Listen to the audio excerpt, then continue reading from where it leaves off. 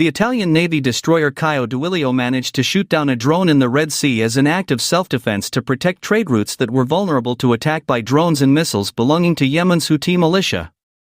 The drone had similar characteristics to those used in previous attacks and flew towards the ship at a distance of about 6 kilometers. According to the Italian Ministry of Defense, the Houthi attacks are part of a hybrid war strategy against several countries. This action is a serious violation of international law and threatens the security of maritime traffic on which the economy depends.